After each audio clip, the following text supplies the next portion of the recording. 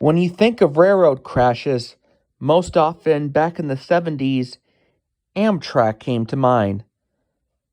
This Class 1 passenger railroad saw its frightening ordeals of horrific collisions and derailments since its inception back in 1971. And when one of these trains jumps the rails, it's nationwide news. Like the sabotage of a track in Arizona that threw bi-level passenger cars off a 30-foot bridge, one dead and nearly 100 injured. A derailing outside of Batavia, New York, injures 163. An unknown collision in South Carolina involving a P-30CH totals one of the rarer P-30CH series locomotives from General Electric. This disaster occurred when the signal blocks were not in coordinates with the dispatcher's command. Given unforeseen set of circumstances, eventually this would be several of one of the Amtrak's horrific collisions. From a conviction of an engineer on the Northeast Corridor back in January 1987 to the most cataclysmic loss in Amtrak history, the Sunset Limited that derailed off an Alabama bayou. 103 suffered critical injuries, 47 people killed.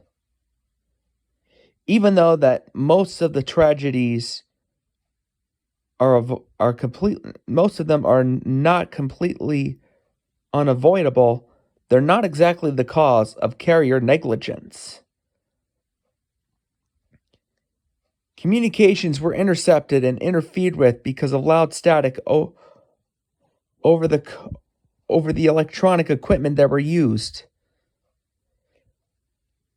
But the one Amtrak train that carried the 12-car passenger train Silver Star that derailed in Florence, South Carolina, had permanently split open the P-30CH open, killing the crew and 4 other passengers in the consist.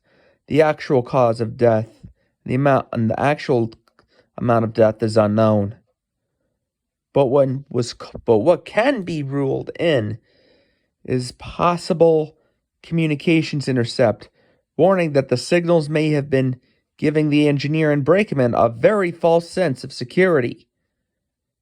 Similar to disasters such as London, England, and Clapham Junction in 1988 on December 12th, there have been similar copycats of derailments totaling multiple unit cars and locomotives.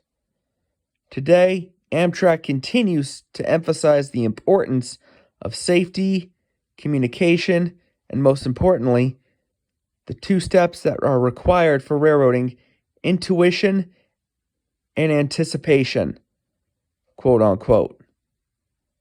Russ Mitchell, CBS News, Florence, South Carolina.